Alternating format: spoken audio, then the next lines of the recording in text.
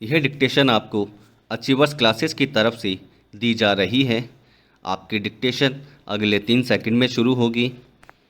3, 2, 1 start. यह बात 1 वर्ष पूर्व की है, जब पुलिस सेवा में कार्यरत महिला कर्मियों ने एक नया इतिहास रचा था। स्टॉप। दिल्ली में आयोजित इस राष्ट्रीय सम्मेलन में अधिकारी व कर्मचारी पद पर कार्यरत सभी महिला पुलिस कर्मियों ने हिस्सा लिया। स्टॉप। भारतीय स्वाधीनता के 54 वर्षों में ऐसा पहली बार हुआ था। स्टॉप। यह सम्मेलन ब्रिटिश काउंसिल की 2 वर्ष की कड़ी मेहनत का नतीजा था। स्टॉप। इसके अतिरिक्त police research and development bureau, Punjab, Andhra Pradesh, Paschim Bangal और मध्य प्रदेश जैसे मेजबान सहयोगियों व युवा महिला अधिकारियों ने भी इस सम्मेलन के आयोजन में निर्णायक भूमिका निभाई। स्टॉप। इन सभी का इस रूप में एक साथ एक मंच पर होना वाकई एक बहुत बड़ी सफलता रही। स्टॉप। पहली बार उच्च और निम्न दोनों श्रेणियों की महिला पुलिस सेवियों का एक साथ एकत्रित होना एक महत्वपूर्ण बात है। स्टॉप। बेशक इस सम्मेलन में पुलिस सेवा में कार्यरत 350 वरिष्ठ महिला पुलिस अधिकारी बिना पद या स्टेटस भाव व परंपरागत सोच के साथ एकत्रित हुई। स्टॉप। इस सम्मेलन ने नया इतिहास रचा, ऐसा इसलिए क्योंकि 3 दिन तक चले इस सम्मेलन में जमीनी स्तर पर पहली बार महिला पुलिस सेवियों का ऐसा मेल हुआ, जिसमें हर रैंक की महिला पुलिसकर्मी मौजूद थी। स्टॉप। यहाँ सभी ने एक दूसरे के विचारों को समान भाव व समान महत्व देते हुए सुना।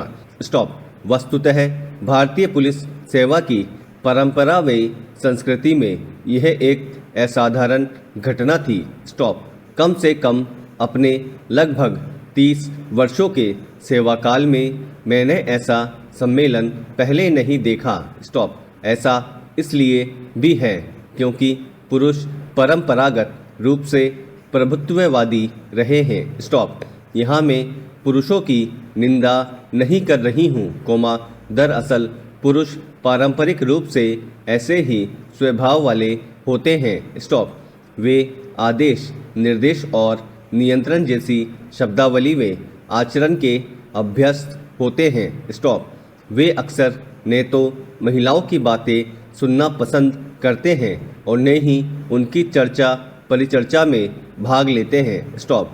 सच तो यह है कि अधिकांश पुरुष महिलाओं के संदर्भ में बिना कुछ निवेश किए स्वीकार करने के सिर्फ उनसे जीतना चाहते हैं। महिलाओं के प्रति पुरुषों का नज़रिया उनके दादा और पिता के ज़माने से अलग नहीं होता, हाँ इनमें कुछ अपवाद हमेशा होते हैं। पैरा।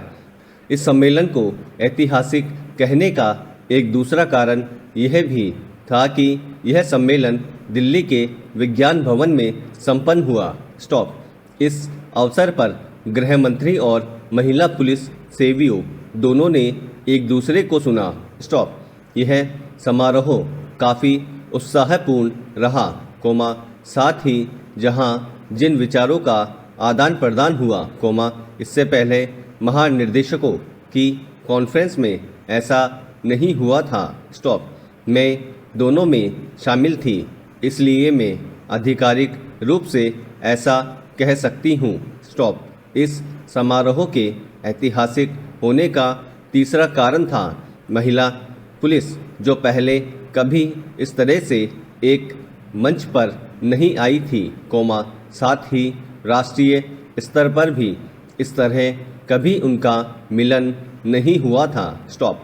ने ही वह कभी इस बात को समझ पाई थी कि एक साथ मिलकर एक मंच से अपनी बात कहने और राष्ट्रीय सुरक्षा में अपनी भूमिका के मुद्दे को उठाना इतना प्रभावी हो सकता है। स्टॉप। इस समारोह की ऐतिहासिकता का चौथा कारण था इसमें भाग लेने आई महिला पुलिस से भी एक क्षेत्रीय सम्मेलन में हिस्सा लेने के बाद एक जगह एकत्रित हुई थी, साथ ही 3 महीने के व्यक्तित्व विकास कार्यक्रम में भी वे हिस्सा ले चुकी थी।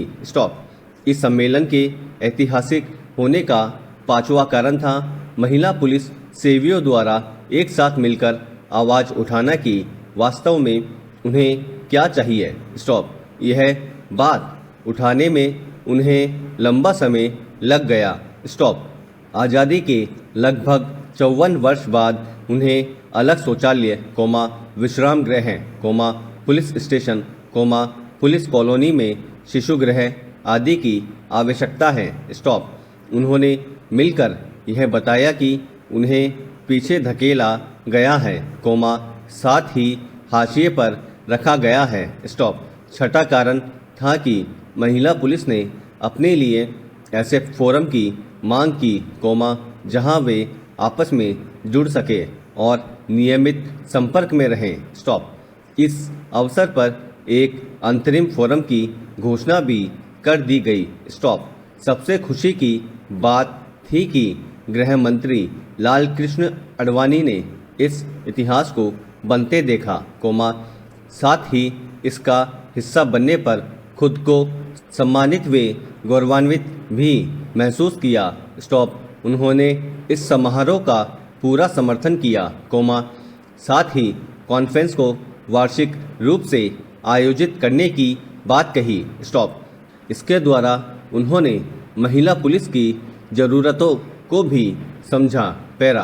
जब कभी भी मैं इस तरह की स्थितियों और घटनाओं से रूबरू होती हूँ जिसका वर्णन मैं यहाँ करने जा रही हूँ, तो रह कर मुझे यही ख्याल आता है कि इस देश में लड़की का जन्म बहुत से माता पिता और उनकी बेटियों के लिए एक अभिशाप है।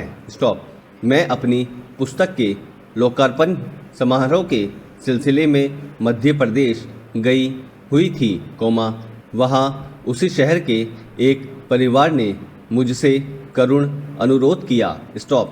उस परिवार के सदस्यों ने मुझे फ़ोन पर बताया कि कुछ दिन पूर्व उन्होंने अपनी बेटी की शादी पास के ही शहर में की थी।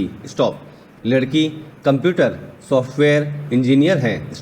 शादी के बाद से ही उसके ससुराल वालों ने उसे तंग करना शुरू कर दिया। लड़की के पति व ससुराल के अन्य सदस्यों ने उसके माता पिता व परिवार के अन्य सदस्यों से मिलने जुलने पर पाबंदी लगा दी है।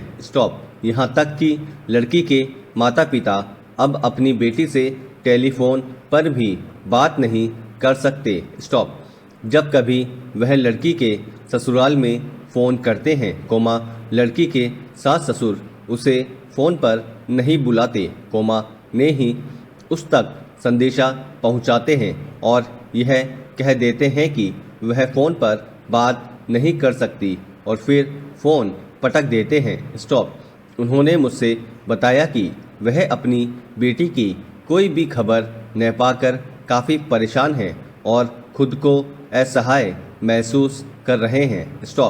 वह यह भी नहीं जानते कि ऐसे हालात में उन्हें क्या करना चाहिए, किससे सलाह लेनी चाहिए, कौन उनकी सहायता कर सकता है। उनकी करुणामयी पुकार ने मुझे अंदर तक झकझोर दिया। अतः मैंने उनसे उनकी लड़की का नाम और टेलीफ़ोन नंबर लिया और उन्हें आश्वासन दिया कि मैं स्वयं उनकी लड़की से बात करूंगी और उसे उनका संदेशा दूंगी कि वह शीघ्र अपने माता पिता से संपर्क करें। दोस्तों, अगर आपको इस डिक्टेशन की कंप्लीट आउटलाइन प्राप्त करनी हो तो आज ही हमारे टेलीग्राम ग्रुप से उसे प्राप्त कर सकते हैं, जिसका लिंक डिस्क्रिप्शन में दिया गया है। और आगे भी अगर आप इसी तरह की डिक्टेशन और आउटलाइन प्राप्त करना चाहते हैं तो बेल आइकन पे क्लिक करना ना भूलें और सब्सक्राइब करें। Thank you.